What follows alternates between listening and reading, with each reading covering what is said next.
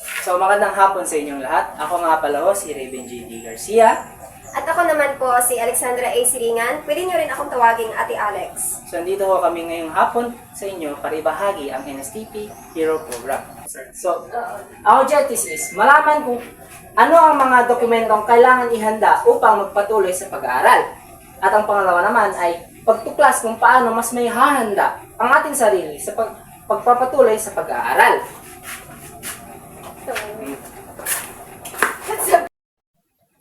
So, ito ang NSTP Hero Program. Ano nga ba po ang NSTP Hero Program? Hero stands for Higher Level Education, Readiness, and Orientation. So, para saan nga ba itong NSTP Hero? Ang NSTP Hero ay, ito yung paghahanda para sa mga estudyante na magpatuloy sa mas mataas na antas na pag-aaral.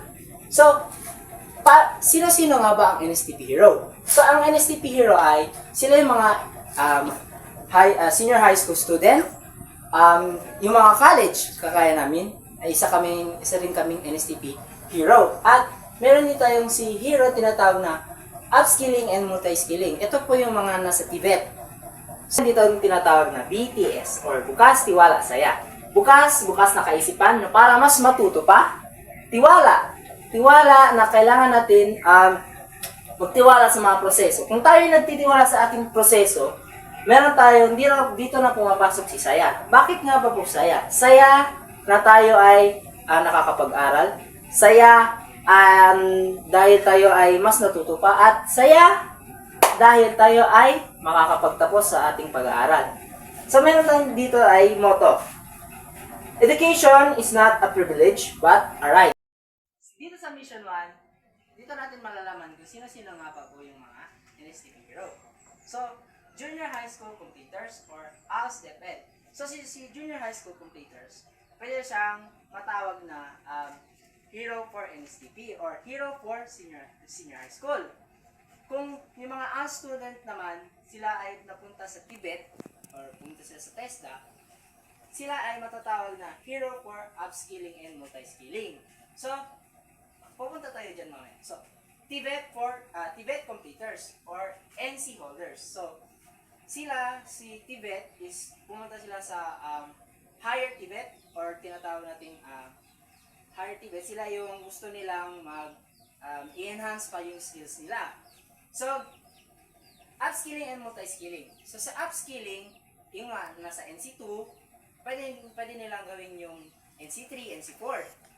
So, sa multi-skilling naman is madaming sakop ang kaya mong gawin. For example, napunta ka sa cookery at gusto mo mapunta sa tailoring, mga ganyan. So, madami yung nasasakop mong mga skills sa Tibet. Kung si Tibet naman ay pumunta ng college, so matatawag natin siyang Hero for College. So, sino-sino nga ba pwede pumunta sa Hero for College? So, sila yung mga high school graduate at saka yung examples for is fourth year and senior high school and mga ALS student. ALS student na nag-graduate sa senior high school at pumunta ng college, sila ay matatawag natin na Hero for College. Yung mga nasa senior high naman, yung tinatawag natin normal school, tapos nag-college sila, then pwede natin silang tawagin na Hero for College. Kagaya ako, nag-graduate po ako ng senior high school. So, at nag-college agad, so matatawag akong Hero for College. So, si ALS student naman o si ALS graduate, kung gusto nila mag-pursue ng Tibet, pwede mo silang mag-pursue ng Tibet for upskilling and multi-skilling. Pero, meron po si college higher education nag-offer ng vocational course, 2 to 3 years diploma and NC course. Mission 2. Mga dahilan kung bakit natin ipinagpatuloy ang ating pag-aaral. Meron tayong tinatawag dito ng 5 P. Pag-asenso sa trabaho, pag-iba ng direksyon, pagiging isang halimbawa, pagtupad sa pangarap, at pagkaroon ng tiwala sa sarili. So, may tanong ho ako. Nais niyo bang magpatuloy sa pag-aaral at bakit?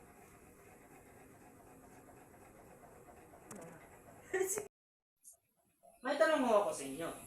Nais niyo bang magpatuloy sa pag-aaral? At bakit? Kayo, sir? Nais ko po magpatuloy kasi gusto ko po i-pursue yung dream ko to become a lawyer someday, but right now I can't because I'm struggling with financial. Magaling. Kayo? Gusto. Dahil di naman sa atin mga tao, di naman advance sa atin yung hirap ng buhay para hindi So, Mission 3. Dalawang uri ng bayarin. Meron tayong direktang bayarin or yung mga tuition fee. Ito yung mga direktang bayarin tinatawag natin. At sa pangalawa naman ay hindi direktang bayarin. Ito na yung mga pamasahe natin, mga baon, yung mga ginagamit natin pera sa mga project. Ito yung hindi direktang bayarin. Then, dito sa RA 9155 or free education in the high school level. So, dito sa free education, lahat ng mga student ay libreng pwede mag-aral. So sa RA 10931 or kolehiyo, meron tayong tinatawag dito SUC or LUC. Or, ang SUC ay State University or College at ang LUC naman ay Local University College. So dito naman sa RA 10931, para sa mga kolehiyo ito. Ang Zamboanga City ay merong mga pampublikong pangkolehiyong they offer the student a free tuition and free miscellaneous. So, everything will be free. In the RA 1013, RA 10931. Yung mga hindi direktang bayarin, kagaya ng mga ating mga pamasahe, ating mga pabaon, at ginagamit sa ating mga proyekto. So, naiintindihan niyo ba? Mayroon po ba kayong mga tanong? Kailangan sagutin? No? Okay, maraming salamat po. Okay. Magandang hapon po sa ating lahat. Salamat po. Okay, so tapos na po natin mapakinggan si Kuya Raven kanina sa Mission 1, 2, 3. Ngayon, dadako naman tayo sa Mission 4. Ito yung ano ba ang mga dapat aralin ng mga out-of-school youth. Okay, so meron po tayong 4 senior high school tracks. Ito yung academic, TVL, sports, arts, and design. Okay, so meron tayong tinatawag na upskilling. Na-discuss na to kanina ni Kuya Raven na ang ibig sabihin ay mag-upgrade. So, kunwari, meron ka ng bread and pastry NC2. Ano ba yung NC? Okay, tama. National Certificate yan siya. Kung meron ka ng bread and pastry NC2, pwede ka mag-upgrade to bread and pastry NC3. So, imbes na doon ka lang sa NC2, mag-upgrade pa yung skill mo. Magiging NC3. Okay? So, pag sinasabi namang multi-skilling, dito na papasok yung kukuha ka ng ibang skill. Hindi lang sa, kunwari, nagkuha ka na ng bread and pastry, NC2. Pupunta ka naman sa bartending, na NC2 din. So, iba-iba yung skill na sabi.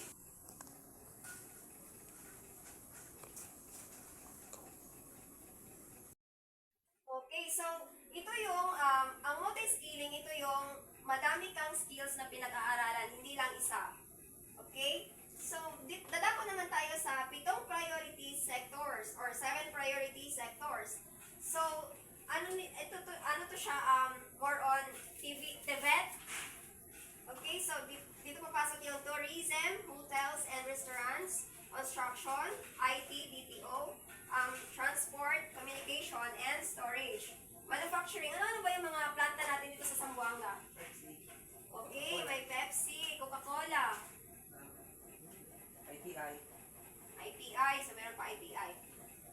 So dito yun papasok yung mga tapos na ng senior high school, pwede sila mag-apply agad dito kasi meron naman yung silang diploma. Okay, so meron din tayong health, wellness, and other social services. Ano ba yung mga papasok sa social services? CSWD. Okay, very good. Ito yung mga papasok sa mga naman sa agriculture, fisheries, forestry, sa fisheries, di ba, more on isda talaga tayo dito sa Zamboanga, no? Yes, kasi meron tayong mga planta dito na yung mega sardines, ano pa ba yun nasa Ayala? Family. Family, tama. Okay. So, naiintindihan po ba? Yes. Okay, very good. Ngayon, dadako naman tayo sa Mission 5. Okay, so ngayon, dadako na tayo sa Mission 5 na kung saan, tatalakayin natin kung saan ba talaga tayo pwede mag-aral. So, kayo ba, may naiisip na kayo kung saan kayo pwede mag-aral kung sakaling babalik kayo? Yes po. Saan naman? Public para medyo tipid. Okay, very good. Kayo po? Ateneo, para may tagambong. Wow! Gusto talaga sa private. Okay, so, alam ko naman na familiar na kayo sa public at private na school. So, ito pala yon dalawang uri ng paaralan. So, ang pampublikong paaralan o public school ay pinapatakbo ng pamahalaan at nagpapatuloy gamit ang buwis ng bawat Pilipino. Okay, so, kasi yung ano natin, yung buwis natin, dito lang din ginagastos yung pampaaral ng mga estudyante. Okay, sa pribadong paaralan naman, ito yung paaralan na pinapatakbo ng mga pribadong ahensya at nagpapatuloy gamit ang tuition mula sa mga mag-aaral o tuition fee. So, ano ba yung mga private school dito sa Zamboanga? Ateneo, Brent, Pilar, Right, ang daming alam. Ano pa? Burning. Southern. Okay, very good. Okay, so may naintindihan ba kayo? Yes po. Okay, very good. Okay, so may mga katanungan pa po ba? Okay? I just want to ask something po. Paano po pag junior high, nag-public school ako, then this year, upcoming senior high school student ako, pero gusto ko mag-private. May mga vouchers po ba or mga scholarship na in-offer yung mga school? Okay, so magandang question yan. Okay, so kung from junior, sa junior high ka is public ka, di ba? Tama? Yeah po. And pupunta ka sa senior high na private. Okay, so ang government naman may ino-offer siya na voucher. Itong voucher na to ay diretso na siya sa school kung saan ka mag-aaral. Kunwari, galing ka sa City High, National High School, junior high ka doon. Tapos gusto mo mag-aral sa UZ. So ngayon, yung voucher na matatanggap mo is diretso na yun ibibigay doon sa UZ. Hindi mo yun mahahawakan yung pera ha, baka mamaya mag-expect na may pera. Okay, so hindi yun mahahawakan, diretso po yun siya sa school. Okay, so nasagot po ba yung katanungan nyo? Yes. Okay, very good. So wala na bang ibang katanungan? Wala na. Okay, since tapos na natin yung kung alam niyo na kung saan kayo mag-aaral at alam niyo na din kung ano yung mga dapat yung aralin, pupunta tayo ngayon sa Mission 6 kung saan ito yung maghanda na. Okay, so ano nga ba yung mga dapat ihanda? Kung gusto mong mag-senior high school, kukuha ka ng senior high school voucher, kolehiyo, TVETs. Okay, so unahin muna natin yung senior high school. Junior high school or mga ALS na yung mga nag-take ng ALS na gusto na mag-proceed ng senior high school, ito po yung mga documents na kailangan nilang i-prepare. Okay, so kailangan nila mag-prepare ng accomplished application form, ALS Form 5, yung mga nag-take ng ALS, so kailangan nila ng ALS Form 5. Or yung mga junior high school, no, meron silang Form 137. Yung Form 137, ito po yung kabuuan na grado mula grade 7 to grade 9. Okay, iba po yun sa sa card. Yung card is Form 138.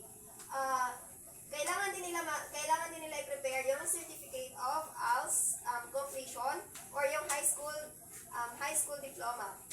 Then, 2x2 pictures, certificate of good moral character, birth certificate. Alam niyo na po ba yung certificate of good moral character? Yes. Okay, very good. So, then birth certificate, syempre yung birth certificate nyo. Then, results of ALS and ANE test. Okay, so sa mga gusto namang mag-avail ng senior high school voucher, meron tayong program. Same lang, no. Ito yung kailangan na i-prepare yung Certificate of Indigency. Yung Certificate of Indigency, makukuha niya sa barangay nyo. Yes. Completed application form ng Senior High School Voucher Program. Kailangan nyo din mag-prepare ng proof of financial means of parents. So, dito yun kukunin sa BIR. Yung form na to. Mag-file sila ng, ano ba tawag doon? Okay, so yung proof of financial means, makukuha to siya sa BIR, yung mag-declare yung parents nyo na mababa talaga yung income or under kayo sa mga underprivileged na family. Ito naman, tas mag-prepare din kayo ng certified true copy of Form 137 or ALS Form 5. So, sinabi ko naman yan kanina, yung Form 137. And then, last, yung recommendation letter. Yung recommendation letter na to galing to sa school. Kung saan kayo nag-junior high. Okay, so ngayon, dadako naman tayo sa mga gusto na mag-kolehiyo. Okay, so yung mga dapat namang i-prepare o yung mga kailangang i-prepare ng magka-college or yung mga graduate ng senior high school, yung kumuha na ng ALS na diretso na sila ng college, so ito yung dapat nila i-prepare. So, yung accomplished application form, same naman sila. Original or certified true copy of Form 137, ALS Form 5. Certificate of good moral character, original copy of NS of birth, or pwede rin yung PSA. Letter of application naman, pa-college ka na. 2 pieces of 2x2 picture, admission test fee. So, mag-prepare kayo ng pambayad sa admission test. Kasi mayroon man yan sila mga college admission test. O yung sa ZIPSU is SET or college entrance test. And then, yung recommendation letters na naman na galing sa senior high school or yung sa ALS. Okay, so ngayon, dadako naman tayo sa Technical Vocational Education Training. So, ano nga ba yung, alamin natin kung ano ba yung mga kailangan.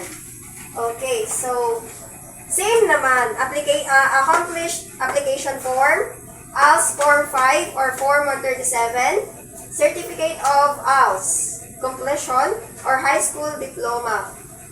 And then, Certificate of Good Moral Character, and then, lastly, yung birth certificate. Okay, so may mga katanungan po ba? Wala. Klaro naman? Klaro. Very good. Oh. So, alam niyo na ngayon kung ano-ano yung mga dapat niyong ihanda. Pero, may nakalimutan. Ano pa ba yung isang dapat kailangang ihanda talaga? Yung sarili. Very good, yung sarili. Kasi kung mahanda mo na ito lahat, tapos ikaw hindi pa handa, so wala mangyayari. Okay, so meron tayo dito tinatawag na 4 R's. Hindi lang 3 R's recycle, Okay, so may 4 R's tayo. Basahin nyo nga. Reflect, rediscover, reconnect, rest. Very good. So, pag sinasabi nating reflect, dito na papasok yung isipin mo kung ano nga ba talaga yung mga goals mo sa buhay, kung bakit kailangan mo magpatuloy sa pag-aaral. Ayun na. Okay, dito naman sa rediscover, dito mo dapat alamin kung ano-ano yung mga kahinaan or weakness mo at yung mga strengths or yung kalakasan mo.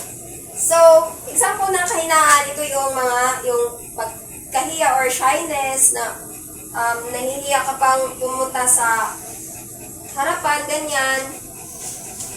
Yung strengths naman, kung ano yung kung saan ka malakas, dapat i-ano mo yun. Dapat alam mo yun.